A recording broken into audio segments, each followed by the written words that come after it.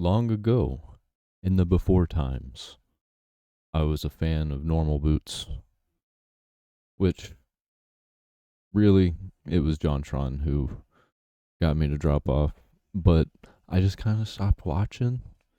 I was a fan of the Game Grumps, and from what I've gathered, PBG hasn't really got himself into any drama except for maybe some wrong moves he's made in some video games, just from lack of skill. But these three right here, they got themselves into some drama, especially these two right here. This one, I don't really think he actually did anything wrong. It was just a really weird and gross situation.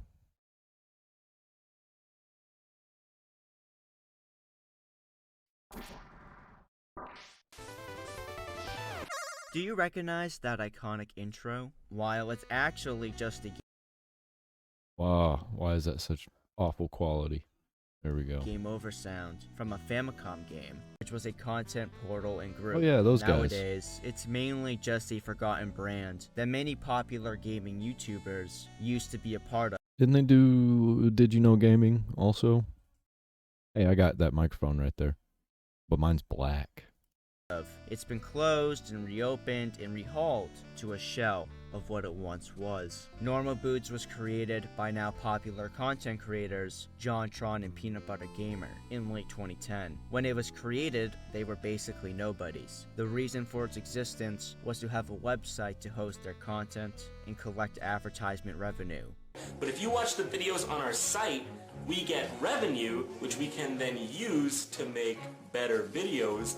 Yeah, I could see how that failed because YouTube started allowing revenue on the actual YouTube platform. For you. See, it's all about you. And also to start and host a community of gamers. Nowadays, we take it for granted how relatively easy it is to monetize your content. Back then, being in the YouTube Partner Program was a luxury, and the money wasn't like how it is I remember this controller. I had like 10 of them. now. So a lot of creators would post their content onto YouTube to drive traffic to their website and make money through ads on there. And on their website, to help Make a sip of my incentivize sups. the audience to get off YouTube, they would release their content on there first. That's why when you rewatch old AVGN episodes on YouTube, there's a logo for another website with the original air date. John and PBG met while working at Screw Attack, a video game media company, and Wow, I remember Screw Attack. What did they do? What kind of things did there's they a do? logo for another website with the original air date. John and PBG met while working at Screw Attack. Yeah, what did they do? Are they still a thing? Does Screw Attack still do stuff?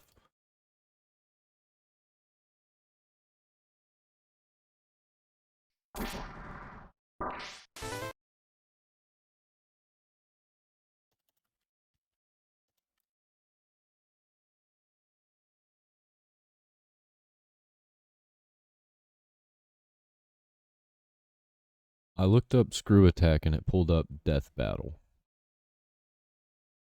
Oh, so I guess this is what Screw Attack turned into? Among the Rooster Teeth family? Yeah, I think that's... They were part of Rooster Teeth. That's right. Or they became part of Rooster Teeth. I don't remember how it went.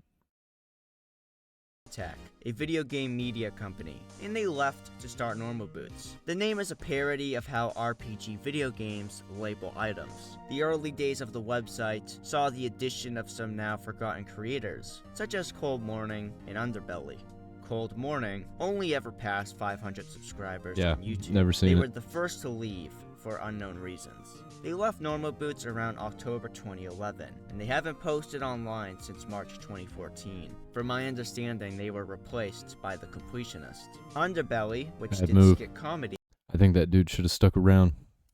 left in June 2012, quickly being replaced by Did You Know Gaming. Unlike Cold Morning, the Underbelly channel was somewhat popular. As of now, they have about 50,000 subscribers. Their channel didn't last much longer after leaving Normal Boots. They tried to relaunch in April 2017, although it was very short-lived, and they've been inactive since. However, they've recently re-entered the public consciousness due to the channel being featured in the most recent viral video essay by H Bomber Guy. Apparently one of their videos contains plagiarism. Looking at these creators who left early on, especially Cole Morning, it's very depressing. It's like researching Pete Best, the drummer who left the Beatles right before their fame. Someone who was so close to fame and fortune, but either just weren't good enough or didn't stick around long enough to achieve it. And now their channels just sit there, collecting dust. The main goal of the Normal Boots website would change over the years. It was closed in 2012, as the Yeah, I don't like that. creators who operated it no longer depended on it to profit off their content. The channels listed on the website when they closed were JonTron, PBG, Continue, The Completionist, Indie Game Searchlight, and Did You Know Gaming. Prior to Normal Boots reopening in 2014, Shane Gill of Did You Know Gaming launched Hidden Block, a very similar content group to Normal Boots. It became affiliated after Normal Boots' relaunch, as Did You Know Gaming would be a part of both groups. Now, why was Normal Boots relaunched? Well, because they had a new reason to run the website. For hosts, Is Continue still going? I wish this guy. Okay, this guy's not really talking about. This is okay. This is still the intro. content that Let's was just keep having going. issues I'll give him a staying up chance. on YouTube, as creators were facing issues with copyright takedowns around this time. So if they couldn't host the video on YouTube, the creator would make a video announcing the release of the video on their YouTube channel and tell their audience if they wanted to watch it, they had to go to the Normal Boots website. In 2016, a fan-made Normal Boots dating sim was released, with many of the creators actually providing their voices for the game. This marked Didn't Game Grumps do that also? What's with YouTubers and dating sims? Why? Probably because they're all sweaty and popular and they think, oh, hey, girls want to be with us, so let's give them a dating sim. I don't know. That's probably not it. They probably just thought it was funny. marks the end of the Normal Boots golden age. It's all downhill from here. From 2017 to 2019, notable creators, even one of the founders, would depart, seemingly due to controversies they got involved with. Yeah, didn't JonTron say some racist stuff? Normal Boots would relaunch again in 2021 with new creators like Chatronic, but it's been abandoned once again, it seems. In today's video, we're going to Yeah, probably because it's just kind of lame.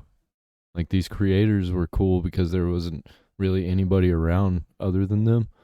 But now they're just kind of like, they're not cool. They're just too colorful, too palatable, too lame. Like, just regular dudes. You can't really be regular anymore. There's too many regulars. look at the careers of many creators who were once, or still are, a part of Normal Boots, and see how they're doing now, and if they left, what caused them to leave. Okay, this is what I in want. no particular order. Peanut Butter Gamer, real name Austin Hargrave, was one of the two original members of Normal Boots. For a bit, he was actually more popular than JonTron, although John would end up surpassing his popularity by a lot. PBG made videos as a child, but when he turned 19 was when he started creating content under the name Peanut Butter Gamer. The oldest video currently on his channel was released in October 2009. He produced humorous video editorials about games with I think he's a little too nerdy and a little too normal. I know it's called Normal Boots, but I don't think there's enough interesting about him to really shoot him up further from where he is now.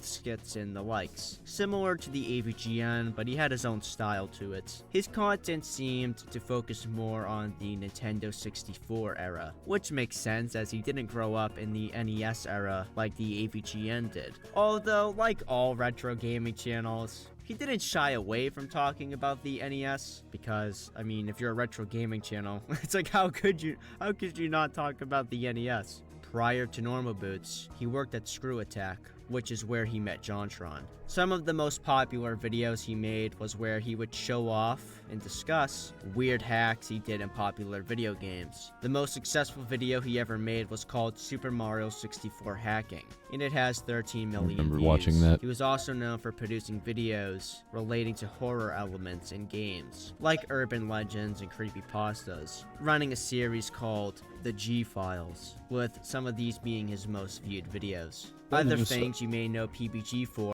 That is a weird choice of a shirt. also known for producing videos relating to horror elements in games, like urban legends and creepypastas, running a series called The G-Files. Years about the legend games, such as those based off the Arthur franchise. And also Putt Putt, which is a pretty infamous I remember those point-and-click too. adventure game released on PC for kids. Yeah, I used to watch all those videos. I'm probably gonna go back and watch some of them. On his second channel called PBG Gameplay, he Everybody hosted used a to play beloved Minecraft. Let's Play of Minecraft Hardcore. On this mode of Minecraft, if you get game overed, you can't respond. The first season included guests like JonTron, the Completionist, and more, all playing on the same world at the same time. PBG never had any crazy or noteworthy drama that surrounded him. He's kept a pretty clean record, unlike some of the other creators in this video. Nowadays, his channel does pretty well, although it's nowhere near the powerhouse it once was. It isn't common for him to crack 1 million views on a video anymore. As of me writing this, he is still a part of whatever remains of Normal Boots, and he just became a father. So I'll probably go check out his channel again and give him a subscribe and watch some of his videos. congratulations to him. Jonathan Aryan Jafari, more commonly known as JonTron, was one of the original founders of Normal Boots and their biggest star. He's Iranian-Hungarian and the son of immigrants. Growing up, he was a fan of video games and partook in musical theater. He started posting content as far back as 2000. Aaron Hansen has a thing for people who originated from the Middle East, apparently. Posting animations starring anthropomorphic onions. For a brief while in 2010, he was a part of Screw Attack, which is a common theme among a few of the Normal Boots creators. He eclipsed people like the AVGN in popularity by a long shot. John became an actual figure. I still watch AVGN sometimes. Some of his new videos. I even like the new style of AVGN, even though the production is not as good as it used to be. In pop culture. His videos were humorous, he had a very unique style to it, and they were slickly edited, which made them beloved. While he started his career talking about old video games, he eventually moved on to discussing movies, and even got to work with Disney on a Star Wars series to promote The Force Awakens. Although nowadays, most people probably don't even know him as a retro game reviewer or as a film critic. They all likely know him as the Flex Tape Guy. A video of John mocking the commercials of the product has obtained over 70 million views, and with a sequel that I think that was the last video that I watched from him. I don't think I watched anything after that. got almost 30 million. John's other videos still get millions upon millions of views even to this day. He was the most popular Normal Boots creator back then, and even today, nobody even comes close to his popularity that was a part of that brand. We're getting too far ahead of ourselves though. Prior to JonTron, he had a series called The Tales of Super John, where he joked about topics like communism. Prepare for a new age of Super John and possibly communism. To say the least, I was proud of my revolutionary decree and decided to move on to greater things. The JonTron channel started in 2010 with a 2-part review of Daikatana for Nintendo 64. His career would really take off after his video about Dino City reached the front page of Reddit in 2011. This video is also how Egoraptor, real name Aaron Hansen, discovered him. Over the past decade, JonTron has done many things. He was a part of the original duo of Game Grumps, a popular Let's Play channel with a cult fanbase. He would leave after about I call it the golden era.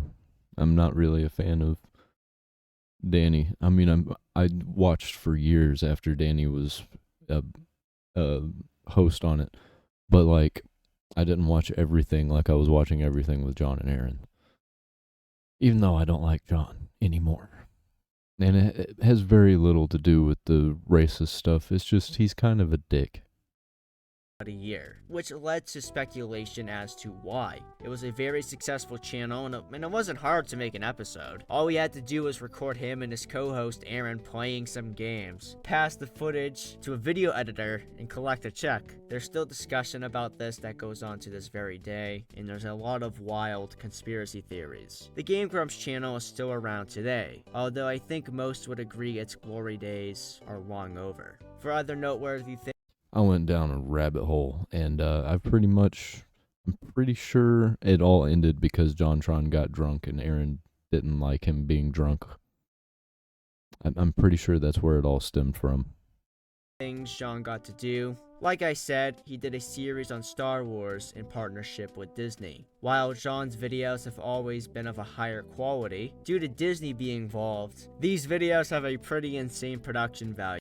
I could see, I could see Aaron, being upset about JonTron being drunk a few times at some public events, but like, he was the type that was against all drugs and drinking at that time. He hadn't, I don't think, actually drank a drink or smoked weed or anything like that.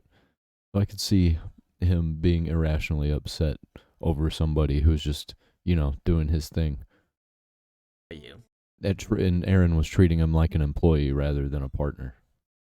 Although some fans aren't the happiest with them, at least with the first few episodes, likely due to the fact that John didn't even direct them. He would direct the later episodes, and that seems to have paid off. His fans were really happy with the final episode, as Aaron from Game Grumps appeared in it. A nice little reunion, after there was speculation of the two not being on good terms. Listen, there's a lot of esoteric JonTron lore I would love to go over. Yeah, I think they just had some differences and parted ways, and it may have been messy when it happened, but like, they seemed like they just really didn't care after that. It was just gonna have to be that way.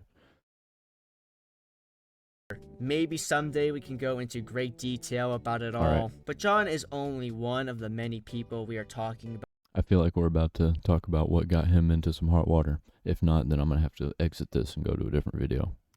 Today. So let's just jump to the most infamous part of his career already. There we go. Now, John's departure from Normal Boots happened around the time of a major controversy he got himself into. At the beginning of 2017, JonTron started to talk about politics a lot.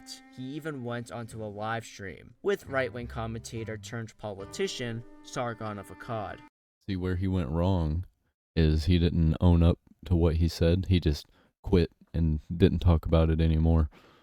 He should have, if he wants to talk about politics, he needs to actually dive deep into politics and actually understand what he's talking about. Which, if you're talking about politics, I like anti-politics, so you're not gonna be able to even debate with me because everything you say is gonna be wrong.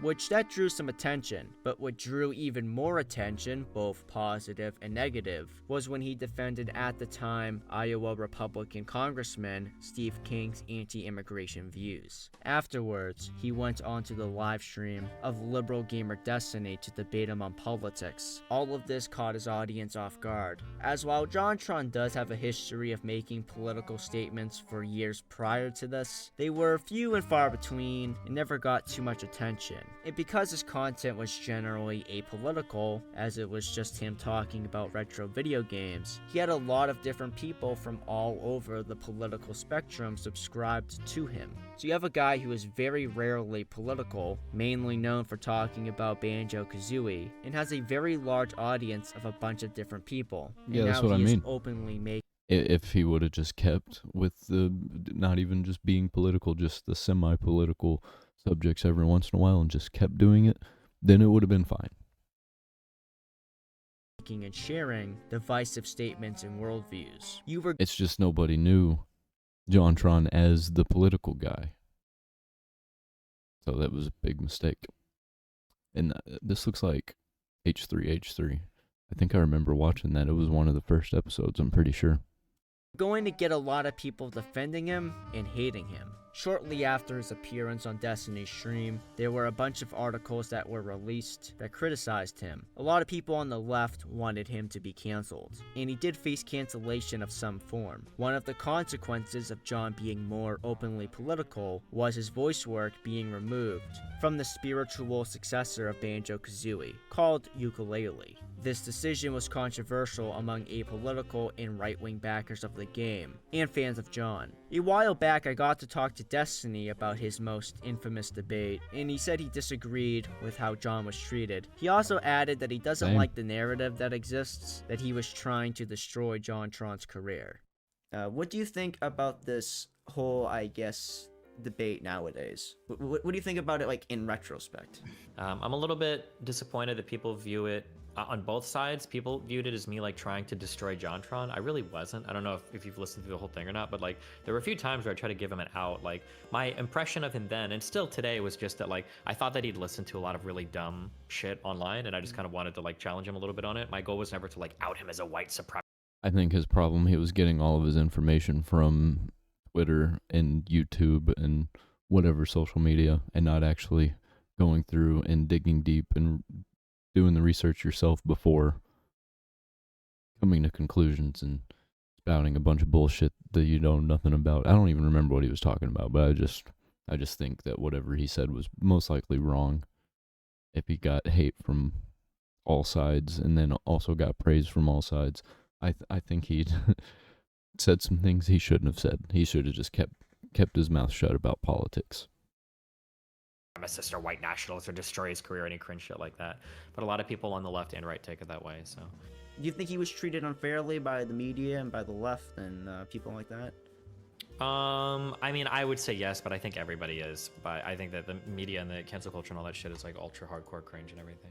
John would step down from Normal Boots sometime after. While he was no longer an active member, he was still, and from my understanding even to this day, considered an honorary founder. He had not been kicked out due to his statements. Him and Gerard from The Completionist claimed the timing was coincidental, as John had already been shifting away from video game content. This seems to actually be true and not trying to save face. In fact, the last JonTron video that used the Normal Boots intro was in The Skateboard Kid from May 2016.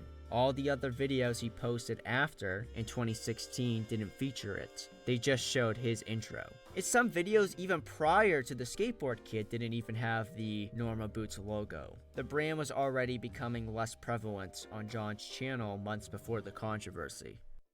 Gerard Khalil, more commonly known as the Completionist, or That One Video Gamer, has a unique gimmick compared to everyone else we discuss in this video. While yes, he does review. So, I'm just going to skip this part because everybody knows about the Completionist and all the drama that he's been through.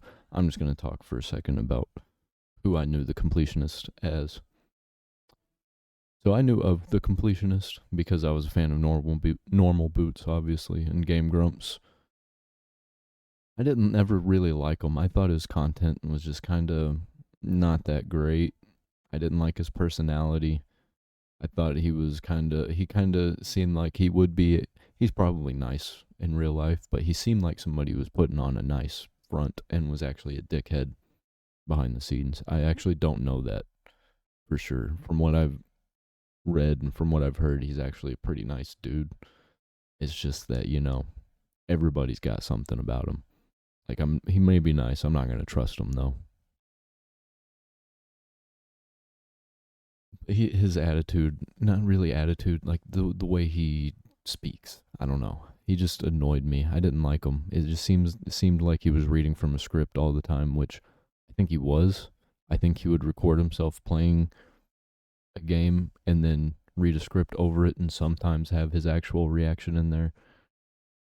Wasn't a fan. There were some other things he was involved in. G4, when he got involved in G4. Yeah. Wasn't a fan of that. Wasn't a fan of him actually being there and, you know, defending what everyone was saying there. He should have quit and come out and said, like, nope, this is bullshit. No, he just kept quiet and just sat there until it all fell apart. All right, well, He stole a bunch of money. You can say that that's not what he did. That's what he did. He kept a bunch of money. He may have spent it, but if nobody would have said anything, they wouldn't have donated that money. It probably would have sat there forever until, I don't know. I don't know what would have happened with that. Would have just forgot about it. Maybe, I don't know. I don't like the completionist. Moving on. Did you know gaming? I don't know what happened to them. I don't know if they're still going or what. Did You Know Gaming is a YouTube channel that produces slick videos going over video game fun facts. What makes this channel stick out is the fact the videos have consistently had different hosts and narrators, often popular YouTubers. The channel was created in 2012 and quickly took off. On Facebook, it received... I used to watch, or not even watch, I would listen to the compilations of Did You Know Gaming, of like all of the episodes.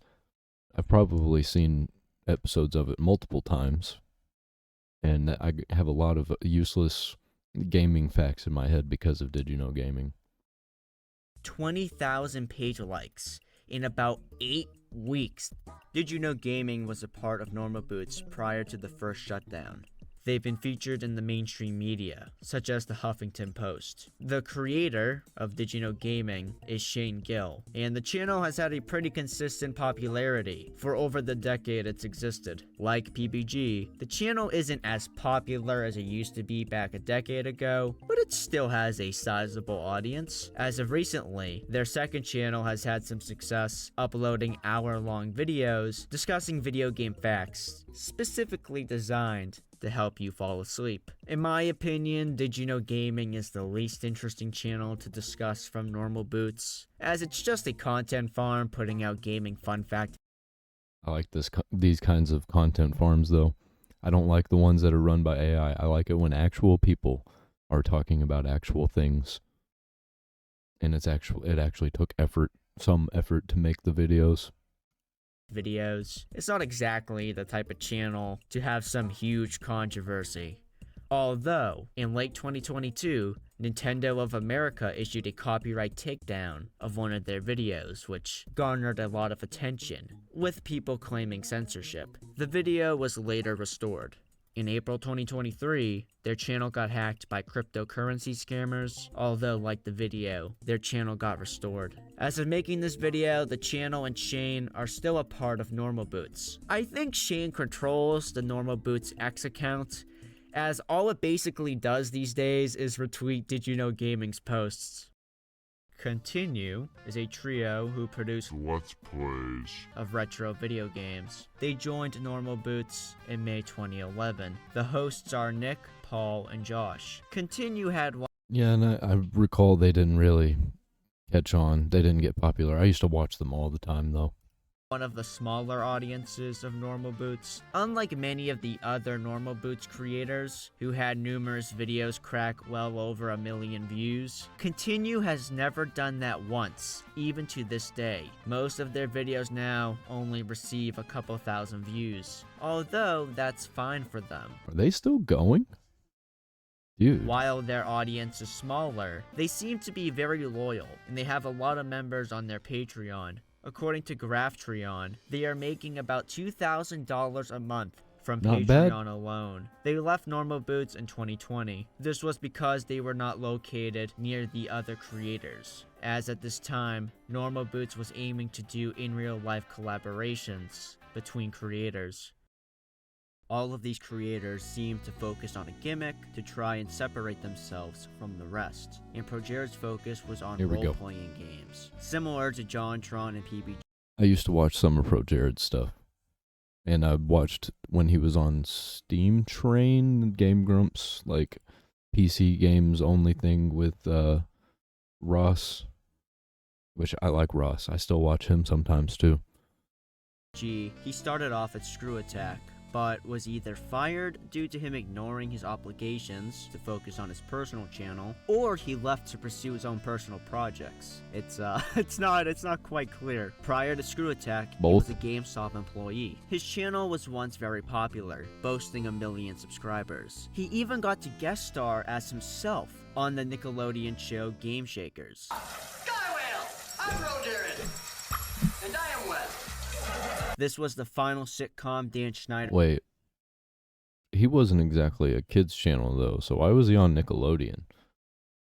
Made for the network, as it was because poorly that guy's received a creep, in both that's why. ratings and reviews. Now, he used to have 1 million subs, but now he only has 800,000. So how did this happen? Well, ProJared would end up facing one of the biggest online cancellations ever. On May 8th, 2019, ProJared posted a statement announcing with this was involving Commander Holly from she was Ross's ex-wife?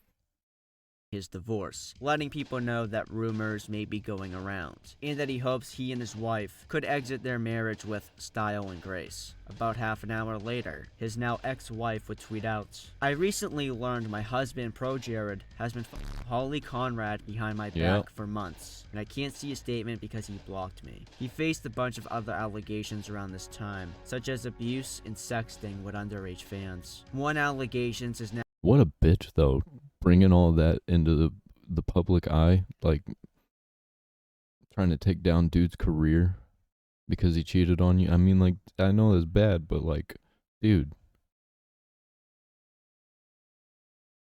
And that ended up being not what happened. They were in an open relationship, and he was just regularly fucking this girl. That happens, man. It was just a bunch of drama and Jared got a bunch of hate for no reason. now ex-wife Like, I don't agree with the open relationship, but that's just bitch move on her part. defended him on was that his size was small, with her claiming it was actually big. You want to know why YouTube doesn't show the exact sub count on channels anymore? It was because around this time, live streams showcasing creators like ProJared and James Charles losing subscribers were becoming popular. YouTube removed this feature to try and curb cancellations like this. ProJared lost over 120k subscribers in a single day. Normal Boots would cut ties with ProJared during all of this, and the Game Grumps took down videos containing Jared. ProJared will later respond on August 27th of the same year. See, that's what I'm talking about. And it ended up being a bunch of, like, bullshit drama from an open relationship. And by the way, I've lost a lot of respect for Game Grumps because it's just like, content farming when they should be trying to innovate. And then also all of the just drama that gets created around Aaron just being a moron and emotional. Video titled "You've Been Lied To," in which he denies being a sexual predator soliciting minors. For those of you who are unaware, a few months ago, some individuals circulated serious accusations against me. And I want to make it perfectly clear right now. They are false. And I have proof. I have the receipts. He straight up denies talking to one of his accusers, who said they sexted with him while they were underage. It's also important to note that he states that he doesn't seem like the type of guy that would be doing that. He has no evidence of us ever interacting. So all we have to go on is his word. And in an instance such as this, where he has no evidence, my word is just as valid as his. And here's the thing with that. I don't remember ever talking to this person. None of what he claims sounds familiar to my memory at all. The actions he describes doesn't sound like something I would ever do. Nothing in it sounds right or familiar. And through everything... Yeah, and things like this is why I'm not going to be talking to anybody in any DMs unless it's talking about business. And if you want to talk to me, we're going to talk in the open in a public forum. like Discord, which I have. If you look down in the comments, you can join it. Thing that I scoured with any and all possible correspondences that I could have access to, I found nothing with Chai whatsoever. With his other accuser, he proves they lied to him, as they had claimed to be 18 when they were not. This is important because their whole narrative relied on the belief that Jared knew they were minors while they had sexual conversations. Every single part of Charlie's allegations against me hinges on the belief that I didn't know their age and or didn't ask. They even argued that I should have known their age because they used the phrase, "I am a baby," as if this somehow denotes how old they generally are, even though it's used in a context of shyness or feeling intimidated. And I did ask their age, and they lied. They also clearly knew then that they were doing something they know they shouldn't, and is doing something they know I'm not okay with. They had full access to the entire conversation and omitted to all of you that they lied to me, deceiving all of you. They knew about this from the get-go, which is why on Twitter they immediately began to backpedal. Yeah, and just don't talk with people like that about stuff like that. I mean, I don't get it. You know that this can be misconstrued in every direction, and it can be. It's just gross. Don't talk sexual stuff over the phone, man. On their claims. Jared also claimed he never sent them nudes. By the way, Charlie also would have seen that in our entire conversation, I never sent them a dick pic. So all these beliefs that Jared sent nudes to minors is Man, why are people so horny? factually untrue. While this is still very inappropriate, the narrative originally pushed was inaccurate, and Pro Jared's response was met with a lot of praise, receiving millions of views, and now many cite him as a content creator, falsely accused. Even PewDiePie covered his video, citing Pro Jared's situation for why he stopped making episodes of his series Pew News, which was an internet drama and news show PewDiePie used to run. There was allegations, but there was yet to be no evidence. The internet lost their mind over this Pro Jared thing. The internet gets so worked up over these things. Not everyone, but most, I think majority of people don't think for themselves. They just go with True. the popular trend or whatever everyone else is thinking. Be like, oh, this person is bad and this person is bad. Oh, we need to do something about this. And then, oh, actually, oh, they didn't do anything bad at all. Oh, okay. It's like all these ideas are like diseases that are just spread. And Mind I don't virus. like it, and it's part of the reason why I stopped doing Pew News, because I hate playing it into all this drama that it doesn't mean anything. It's a waste of time. I don't want to spend my life caring about these things. True. Trust me, I'm doing you a favor by not doing Pew News. After the controversy, Pro Jared received support for his videos. He even had some of his normal gaming reviews crack almost 1 million views. Although as of now his channel seems to be on hiatus, with a fraction of the viewer base it once had. Despite no longer being a part of NORMALBOOTS, he still collaborates with NORMALBOOTS and Hidden Block creators. I found a VOD archive from August 2023, where he streamed with Peanut Butter Gamer and Space Hamster from Hidden Block. And when the I remember Space Hamster. completionist story broke, Jared publicly defended Gerard, before deleting his tweet as it was clear he didn't research the topic at all. Although this show Yep, bad move, bro. The entire internet was against this guy. there seemed to be no bad blood between Jared and the NORMALBOOTS creators at the time, as he came out in defense of I mean, if one of my friends did something like that, that wouldn't end the friendship for me. I wouldn't ever be able to work with them or trust them with money. someone when he didn't even know the facts of what was going on, and that's true dedication there. Chatronic is the biggest outlier in the NORMALBOOTS lineup, in my opinion. Yeah, I don't know While who this yes, is. he does discuss topics adjacent to video games, he is most well known for doing reaction type content. He finds a funny video, discusses it, and makes jokes. To be clear, this isn't the lazy type of reaction content. These are nicely edited videos. He isn't just putting a face cam in the corner and saying nothing, like people such as Jinx used to do. He garnered a lot. I feel attacked. I feel like I'm adding to the video because I'm like giving insight into, actually watching Normal Boots in the past and knowing who these people are. Lot of success around the mid-2010s. So much so, Disney XD aired some of his videos on television. They used to have a gaming block, and on this I remember that. That was weird.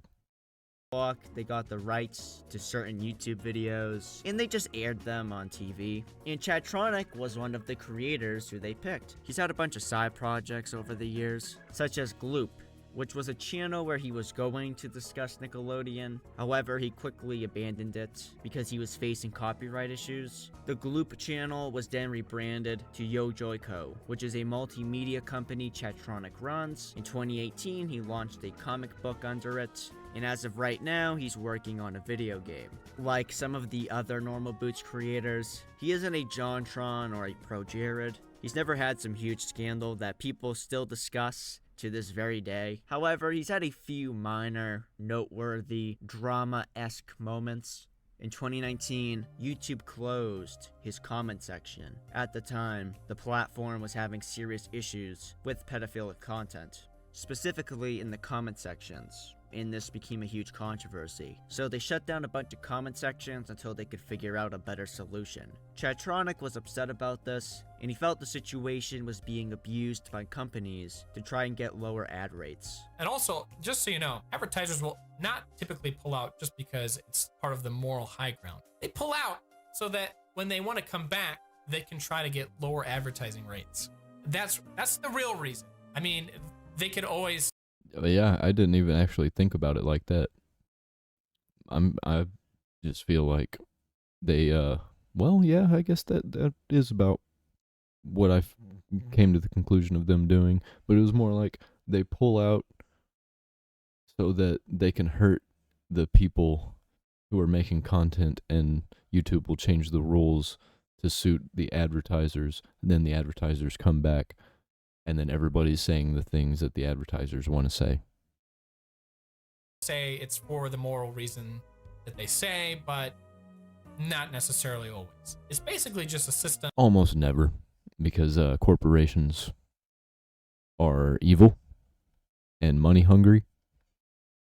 Of everyone trying to take advantage of everyone else. Yep. In 2020, he was featured in mainstream media articles on YouTube's new child-friendly rules, which put channels like his at risk. As while he discusses media children Give him a like. He isn't a channel that targets a young audience. He's a channel for people nostalgic about the 90s. So yeah, he talks about Pokemon, but his content isn't made for children. It's made for man-children. And I would agree holding his content to the same standard as Baby Shark is unfair. While he was collaborating with Normal Boots creators years ago, dating at least as far back as 2016, he didn't join Normal Boots until 2021, and he's still a part of whatever remains of it. As of writing this, the Normal Boots website just shows a few t-shirts you can pre-order. No hosting of any type of video content or community. I checked out a few of the channels. Yeah, I don't figure that they sell a lot of those That are still connected / associated with Normal Boots, in that once iconic intro no longer plays at the beginning of the video, nor did I see any mention of Normal Boots in the description. The Normal Boots X account is still active, although they only seem to retweet Did You Know Gaming. Websites like Normal Boots are a thing of the past, it seems. You don't need to create your own website to run ads on your videos. You can just upload to YouTube. for now. I think we're moving toward that once again.